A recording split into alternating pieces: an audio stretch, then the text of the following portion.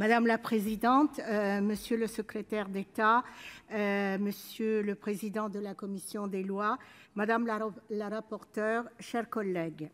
La pratique de l'adoption a connu ces dernières années des évolutions nécessaires pour adapter notre régime juridique aux transformations de notre société, toujours bien évidemment dans le cadre de l'intérêt supérieur de l'enfant défini par la Convention internationale pour les droits de l'enfant de 1989.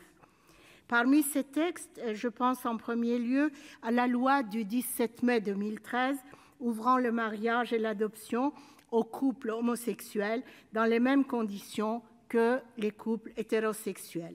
Je pense ensuite à la loi du 14 mars 2016, venue apporter des modifications permettant d'assurer plus de cohérence et de stabilité pour les enfants dans le cadre des dispositifs de protection et d'accueil.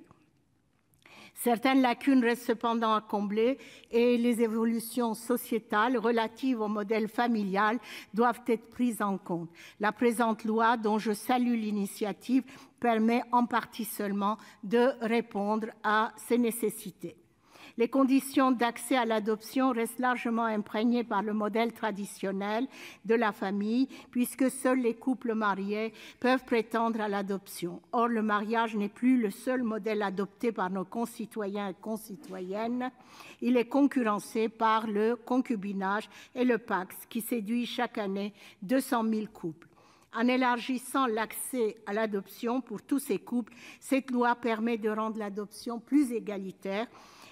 Je regrette toutefois qu'aucune attention ne soit portée à l'égard des personnes trans pour lesquelles il est souvent compliqué, voire impossible, d'établir un lien de filiation dans le genre choisi après un changement d'état civil.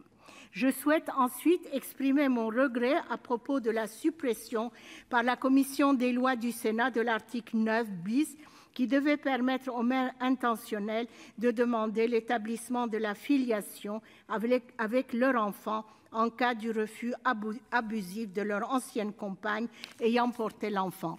Enfin, je souhaite alerter le gouvernement qu'il convient de revoir à la hausse le financement des organismes et collectivités responsables de l'accueil, de la protection et de l'adoption des enfants.